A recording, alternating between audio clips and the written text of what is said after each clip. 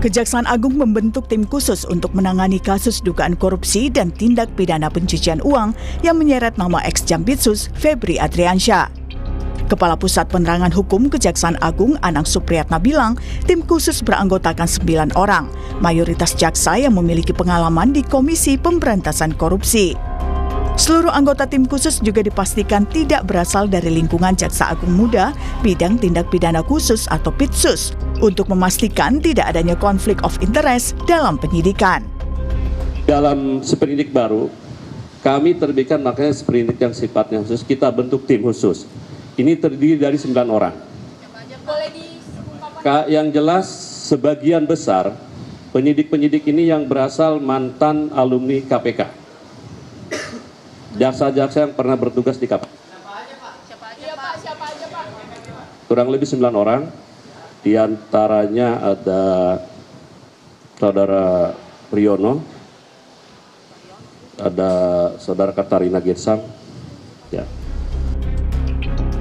Data Kejagung menyebutkan 9 anggota tim khusus tersebut adalah Agus Salim, Muhibudin, Katarina Girsang, Riono Budi Santoso, Agus Sahat, Irene Putri, Renaldi, Z Tadung Alo, dan Hari Wibowo.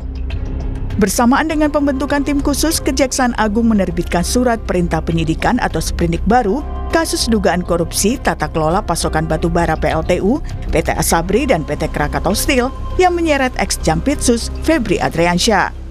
Namun Direktur Eksekutif Amnesty International Indonesia Usman Hamid khawatir Kejaksaan Agung akan mengalami konflik kepentingan saat mengusut kasus ex-Jampitsus. Meski Kejaksaan Agung telah membentuk tim khusus, namun menurut Usman kasus ini sebaiknya diserahkan ke lembaga yang lebih independen, yaitu KPK. Masyarakat juga menilai ada yang tidak beres seandainya kasus ini hanya ditangani oleh Kejaksaan Agung. Terutama mengingat yang terlibat adalah orang nomor 2 setidaknya di Kejaksaan Agung. Nah, oleh karena itu yang dibutuhkan saat ini adalah ketegasan untuk memastikan bahwa kasus ini dibongkar sampai pada akar persoalannya. Jadi misalnya, kalau memang keterlibatan Jampitsus ini sudah tidak lagi bisa dibantahkan, segera tahan dan sebaiknya Kejaksaan Agung tidak memasuki wilayah ini sehingga akan meragukan kepercayaan masyarakat karena konflik kepentingan. Sementara itu, Ketua KPK Setio Budianto mengaku telah berkomunikasi dengan Jaksa Agung ST Burhanuddin terkait supervisi perkara mantan Jampitsus.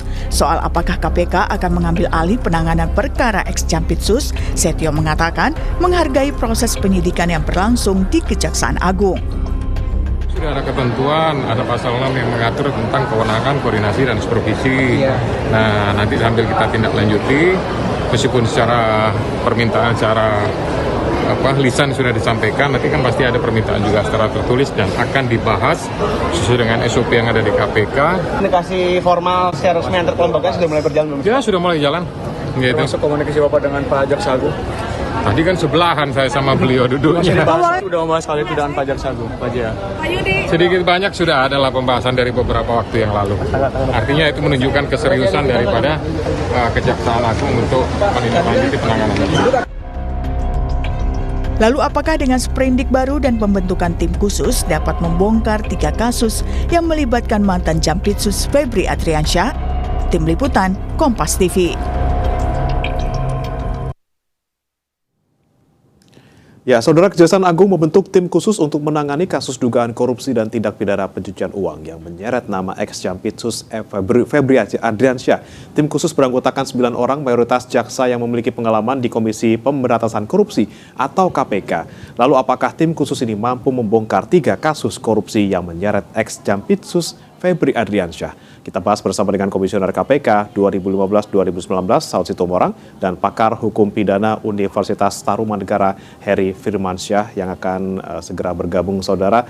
Kita ke Pak Saud terlebih dahulu. Selamat pagi, Pak Saud. Pagi, Bro Bre. Baik, sehat ya Pak Saud ya? Ya, sehat. Baik, Pak Saud, sebelum kita soroti soal tim 9 ini, Pak Saud, kita soroti kembali soal status dari ex-Jampitsus ini, Febri Adriansyah, yang menurut dari Kejaksaan Agung ini bilang bahwa status tidak gugur gitu, masih status sebagai tersangka, tapi ini untuk sprindik yang Polri. Kemudian untuk sprindik yang di Kejagung ini sendiri, statusnya sebenarnya apa sih Pak? Ya, bagaimanapun gini loh, ketika persoalan ini dimulai dari dilaporkan, siapapun yang melaporkan gitu ya, atau ketika mereka mulai full bucket lah katakan, mengumpulkan bahan keterangan, kemudian masuk ke cross check, double check, terus kemudian masuk ke penyelidikan, kemudian ke penyidikan, kemudian mereka berani menggeledah dan seterusnya, dan ketemu bukti, terus pada bagian lain disebut ada 3 kasus sebelumnya.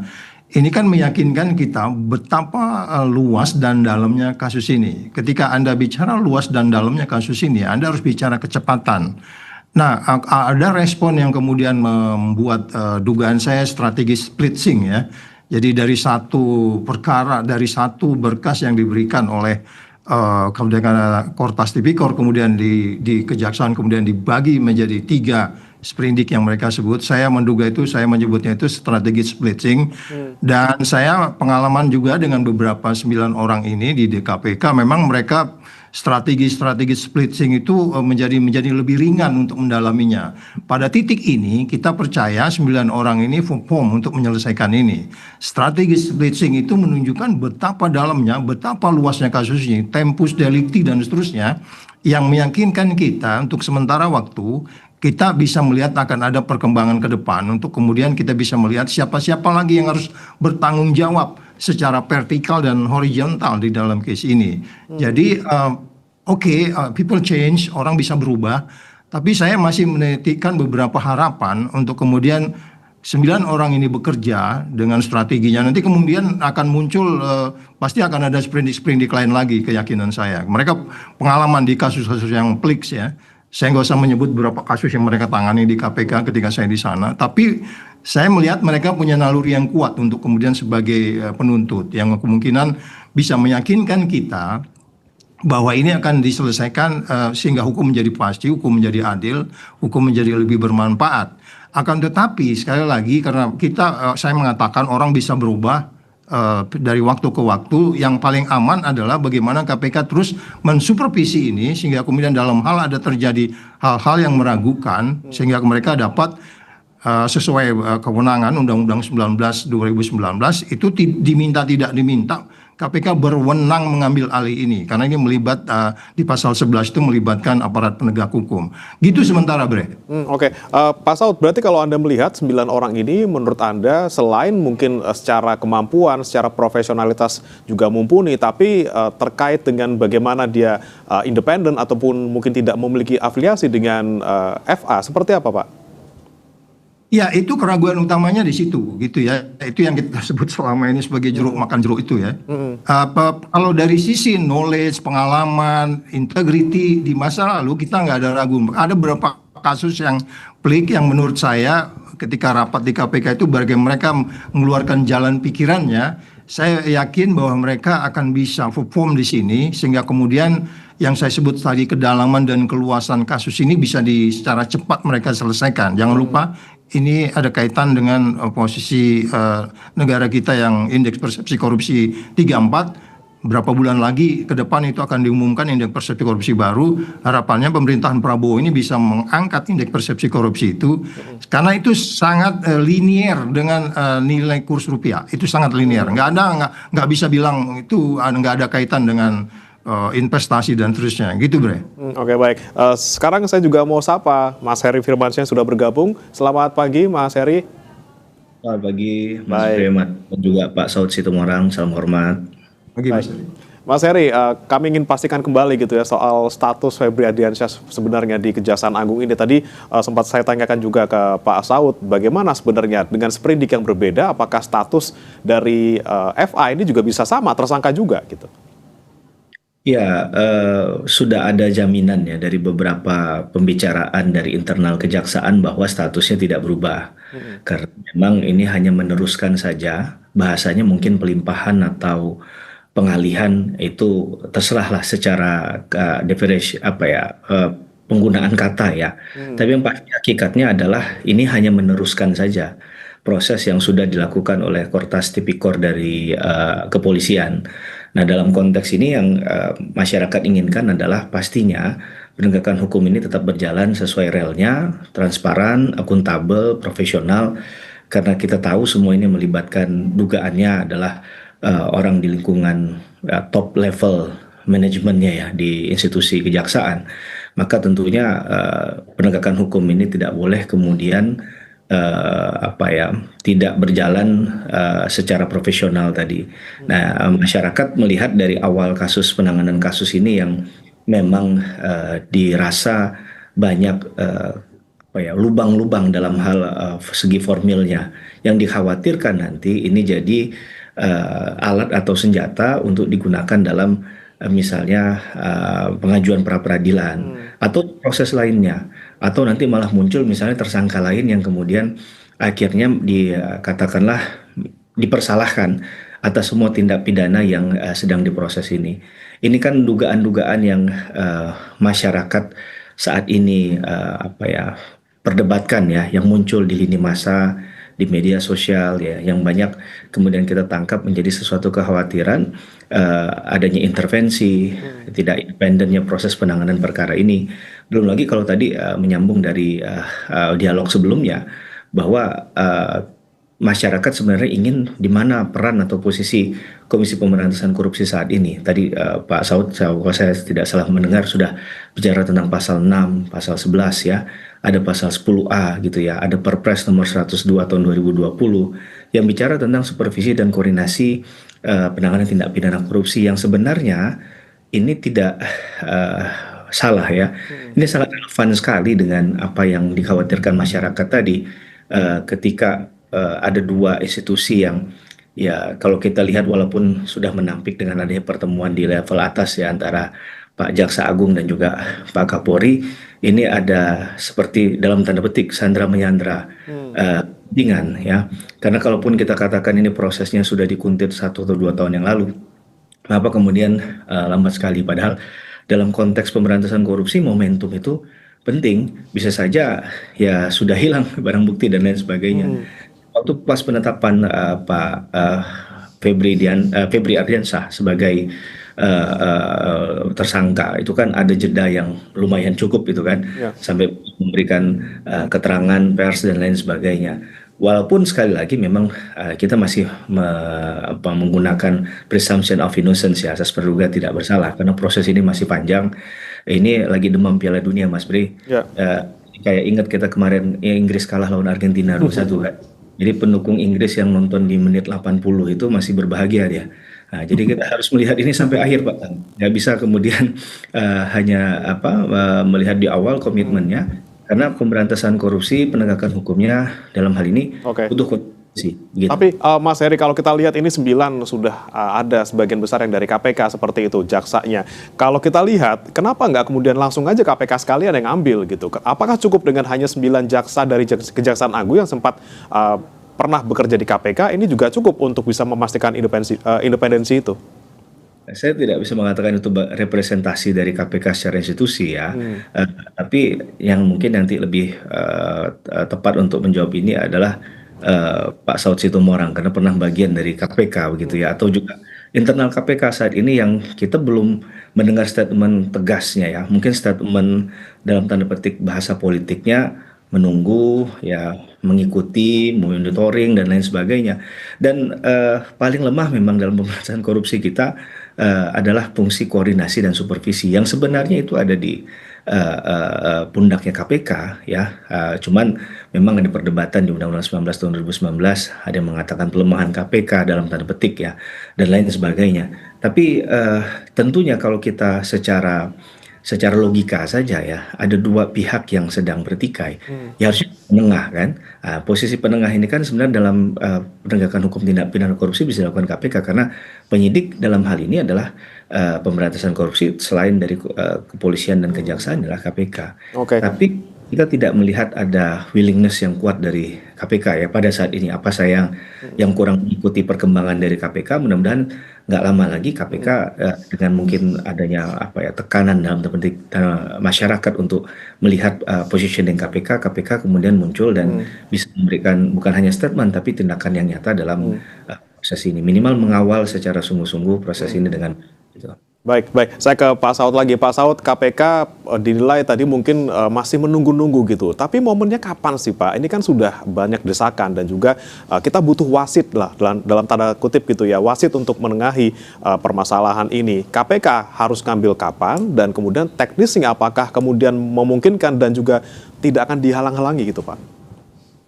Iya, di pasal 10A di huruf E itu ada poin yang mengatakan berwenang mengambil alih apabila adanya campur tangan atau katakanlah bagaimana eksekutif, legislatif dan yudikatif ikut cawe-cawe di kasus ini. Komisi 3 itu kan saya anggap tuh cawe-cawe itu. Ya kan, mereka datang ke sana kemudian konferensi pers, kita nggak tahu pembicaraan apa di belakang itu. Jadi sebenarnya menurut pasal 10A huruf I itu udah memenuhi syarat untuk mengambil alih karena ada campur tangan. Anda nggak bisa katakan ini Komisi 3 kemarin hadir di sana itu hanya bagian manajemen, bagaimana mereka digaji di Komisi 3 sebagai bidang hukum kemudian mereka datang. Nggak begitu. Ini kan kita nggak bisa memandang ini linear. Makanya dari awal saya mengatakan memang KPK ini harus mengambil alih case ini karena udah memenuhi syarat. Oke, katakan ada yang namanya SPDP online. Artinya begitu penyidikan dimulai dengan tiga surat sprindik itu, kemudian mereka akan melaporkan ke KPK dan itu perintah undang-undang supervisi koordinasi monitoring yang dilakukan oleh KPK. Tetapi kalau kemudian dasolennya begitu, dasainnya begitu, dasolennya kemudian mereka ragu-ragu, ini yang saya bilang ini ada kaitan dengan yang saya sebut sebagai tadi inline dengan disebut oleh Pak Heri bahwa memang pelemahan KPK itu terjadi. Jangan-jangan dia juga nggak berani kerja karena segala sesuatu harus dilaporkan ke presiden dulu karena dia di bawah presiden. Itulah yang saya bilang kalau mau tuntas itu buat perpu Pak Prabowo kembalikan KPK supaya Anda kerjanya nggak berat di dalam menangani kasus ini. Karena pengalaman menunjukkan ketika di undang-undang lama kita sangat-sangat independen dan bertanggung jawab ke rakyat sehingga kemudian lebih gampang di-challenge. Jadi sekali lagi, normatifnya mereka katakan iya kita tunggulah begini. Ini udah sangat-sangat kompleks masalah ini. Dan model splitting yang saya sebutkan tadi dari 1 menjadi 3 itu aja udah menunjukkan perkara ini sangat ruwet dan dalam. Jadi sekali lagi jangan hanya sekedar memantau dari jarak jauh melototin screen komputer mengenai SPDP online. Anda datang hadir ke sana, Anda ini maksud saya KPK. Kemudian kalau memang ada indikasi yang cukup kuat kemudian ragu, yang 9 orang yang disebut tadi itu ditarik ke KPK aja semua. Jadi semua berkas nggak usah menangani dari awal lagi. Jadi itu strategi yang lebih baik saya pikir. Tapi seperti Mas Heri tadi bilang, kita tunggu, ini belum final, goal terakhirnya kita lihat. Tetapi kan kesimpulan saya secara keseluruhan, how to govern, ya bagaimana mengatur ini, kemudian ini penuh resiko. Karena berkaitan juga dengan kepatuhan-kepatuhan juga gitu ya, yang disebutnya GRC itu di dalam memberantas korupsi. Jadi kompleksitasnya masih cukup tinggi. Sinyalnya sudah jelas kepada kita, ada model pemisahan kasus karena kasus ini dalam dipisah sampai 3 sprindik. Itu naluri-naluri yang biasa di KPK, di splitting, dipisah-pisah kasusnya. Ada tempus delictinya, kemudian barang bukti dan seterusnya. Tetapi ini belum menjawab karena kan how mereka membuat decision ini menjadi lebih penting. Apakah bisa secepat mungkin itu kemudian diajukan karena barang buktinya cukup lama, penyelidikannya cukup lama, barang buktinya cukup banyak. Sehingga kemudian tidak ada lagi keraguan, ya kita ini berada di kecepatan yang sangat perlu saya pikir. Sehingga KPK tidak hanya mendorong-dorong itu, tapi kalau melihat prosesnya lambat, tergantung KPI-nya mereka ya. Ya itu udah biasa tuh 9 orang itu biasa bicara KPI mereka. Di KPK mereka selalu bicara KPI. KPI itu termasuk waktu. Berapa waktu ini? Berapa minggu ini kita naik ke penuntutan? Nah, ini kita challenge mereka. Gitu Mas Bre. Apa harus nunggu presiden dulu Pak Saud untuk bisa KPK mengambil alih ini? Seharusnya tidak ya, walaupun dia di bawah pemerintah, tetapi kan dia disumpah melaksanakan Undang-Undang 2019 itu di situ merupakan jelas perintahnya. Akan tetapi karena dia di bawah pemerintah, kemudian bisa saja menunggu perintah presiden, tapi Anda harus proaktif. Pak, saya ambil alih aja. Dan saya pikir kalau presiden beberapa kali bilang kejar sampai ke mana tuh, ke Antartika, itu saya pikir nggak sulit kita untuk memastikan bahwa apa yang kita lakukan presiden pasti dukung gitu Mas. Oke, baik. Saya ke Mas Heri lagi. Mas Heri, dengan tadi pernyataan Pak Saud gitu, KPK ambil alih sekarang dong. perlukah kita memang dorong KPK sekarang untuk ambil alih, nggak usah tunggu-tunggu apa-apa lagi, nggak usah tunggu Piala Dunia selesai dulu lah gitu. Ya, walaupun nanti juara Piala Dunia tetap Spanyol gitu ya. Mohon maaf nih harga gitu. Menurut saya begini, bahwa kadang ada juga yang berpikirnya tidak bahkan ke arah itu ya, Mas Bre. Saya membuka opsi yang lain misalnya, yang penting hasilnya kan, yang dipastikan adalah hasilnya prosesnya benar, transparan, akuntabel, profesional, yang salah, yang benar katakan benar kan kira-kira begitu. Tapi untuk melihat situasi semacam ini ya, ada tanggung jawab moral dan dalam hal penegakan hukum juga oleh KPK. Ya tadi saya katakan harusnya tidak menunggu tapi jemput bola kan. Nah yang kalau kita mau melihat kan adalah eksistensi KPK dalam konteks pertanyaan Mas Bre tadi kan, dan juga tarik KPK. Jangan sampai nyata tadi pernyataan ada pelemahan berdasarkan undang-undang itu sehingga KPK mulai tersandra dalam tanda petik ya, tidak berani untuk melakukan kerja-kerja pemberantasan korupsi yang sifatnya tegas dan mendalam. Dan sekarang ada isu yang menarik juga, Mas Bre dan juga Pak Saud ya, ketika misalnya kasus ini akan diungkap secara dalam, ada kekhawatiran nanti akan gonjang-ganjing keamanan akan negara ini akan kemudian juga terusik. Saya nggak tahu ya apakah itu kemudian ada korelasinya dengan keinginan publik dan keyakinan publik bahwa itu sebenarnya nggak ada kaitannya. Ya ini proses penegakan hukum yang biasa saja. Bukankah hukum itu kan menggunakan kata istilahnya adalah setiap orang. Nah setiap orang itu nggak melihat dari jabatan publiknya siapa dia begitu ya. Karena ya Dewi Keadilan itu kan matanya ditutup, dia nggak perlu melihat itu pelakunya begitu. Ini yang saya lihat juga pengamatan saya bahwa hal-hal semacam ini yang agak mengusik juga di lingkungan masyarakat ya ketika bicara tentang kasus ini, sehingga akhirnya penyelesaiannya harus dengan hati-hati sekali gitu ya. Hati-hati boleh tapi ada kata sekalinya itu, jadi seakan ini tidak business as usual dalam artian pekerjaan rumah biasa yang dikerjakan oleh penegak hukum, sehingga terlihat banyak lubang di sana. Ada proses prosedural pengalihan dan lain sebagainya, ada keterangan yang dikatakan statusnya saksi kemudian dianulir lagi menjadi tersangka dan lain sebagainya. Ini kan bentuk dari ya kalau bisa dikatakan kepanikan, jadi orang membacanya kok seakan-akan tidak tenang ya dalam menyelesaikan persoalan ini. Karena tadi yang mungkin yang dilihat adalah subjeknya, subjek hukumnya siapa. Padahal untuk bicara dengan kata setiap orang, tidak merujuk pada identitas khusus begitu. Ini harus kita yakinkan juga bagi penegak hukum ke depan, bagi penyidik dan jaksa yang akan menangani perkara ini ya.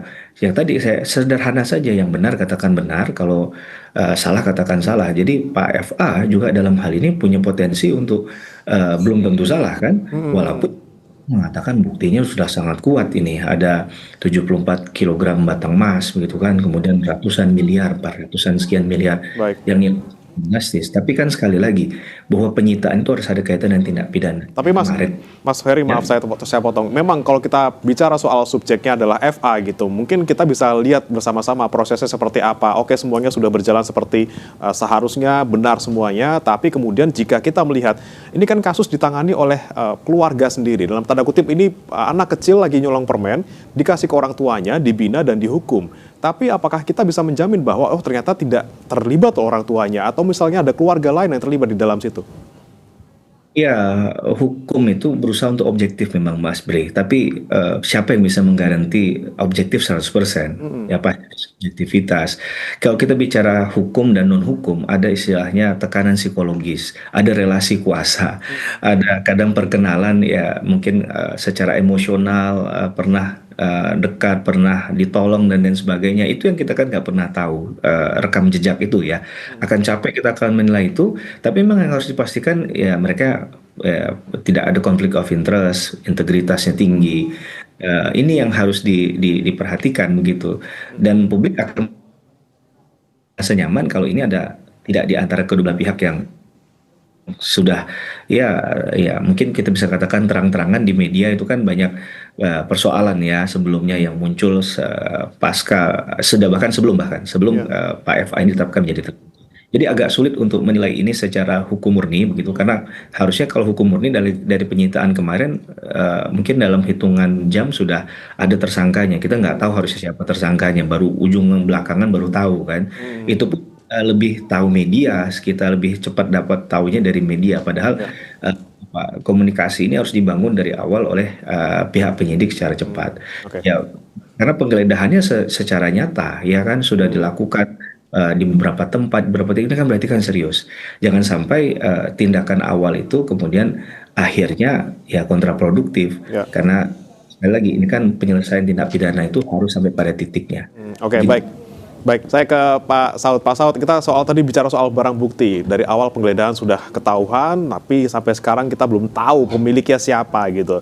Nah, yang bisa kita dorong sekarang adalah selain mencari pemiliknya siapa, yaitu bagaimana status barang bukti dan juga nasib barang bukti ini. Kalau di KPK sendiri, Pak, dulu ketika Anda sempat di KPK seperti itu, soal barang bukti ini kan dialihkan ataupun disita oleh KPK seperti itu. Nah, ini sekarang barang bukti ada di rumah anak yang sedang mencuri seperti itu. Bagaimana nasibnya barang bukti ini? Siapa yang ngawasi kalau seperti itu?